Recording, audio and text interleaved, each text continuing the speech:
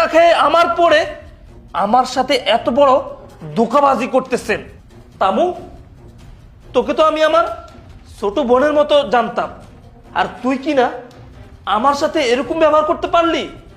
তুই যখন যা চাইছস সকল চাহিদা তোর পূরণ করেছি।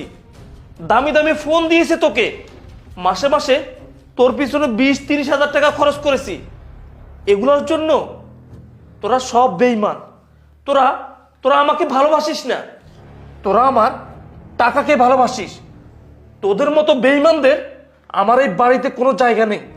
তোদের নামে আমি মামলা দিব, তোদেরকে এই বাসা থেকে বের করে দিব। যা, আমার এই বাসা থেকে তোরা চলে যা। আমার এই বাসায় তোদের কোনো ঠাঁই নেই। তোরা বলছিস না আমি এখন পঙ্গু, আমি ল্যাংড়া খোড়া, আমার পিছনে লাখ লাখ টাকা খরচ করবা, কি লাভ? আমাকে সুস্থ করে কি লাভ? আমি তো আর কখনো প্রবাসে যেতে পারবো না। তোরা কি মনে করিস প্রবাসীরা কামলা?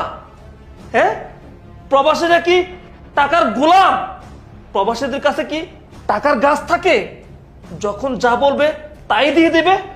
এই তোরা তো জানিস না প্রবাসের মাটিতে কত কষ্ট, কত পরিশ্রম করে টাকা পয়সা ইনকাম করে আমি এই বাড়ি করেছি। আর আর এখন বলিস এই বাড়ি আমার না, আমার কিছুই নেই। আমার আমার আর বলার কিছু নেই। তোরা আমার এই বাড়ি থেকে চলে যা, চলে যা বলছি। কি হলো বাবা? শুনলে না সাজ্জাদ কি বললো? তোমরা এই বাড়ি থেকে বের হয়ে যাও। আমরা এতদিন দুধ কলা দিয়ে কালসাপ পুষেছি। ছি বাবা, আমি তো তোমার মেয়ে, আর তুমি কিনা আমার সংসার ভাঙার চেষ্টা করেছো।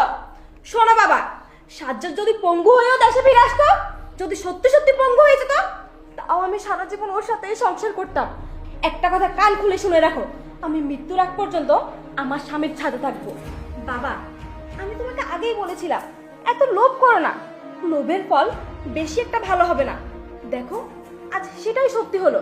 তোমাদের লোভের কারণে আজ তোমরা ধরা পড়ে গেছো। তোমরা নিজেদের ক্ষতি নিজেরাই করেছো।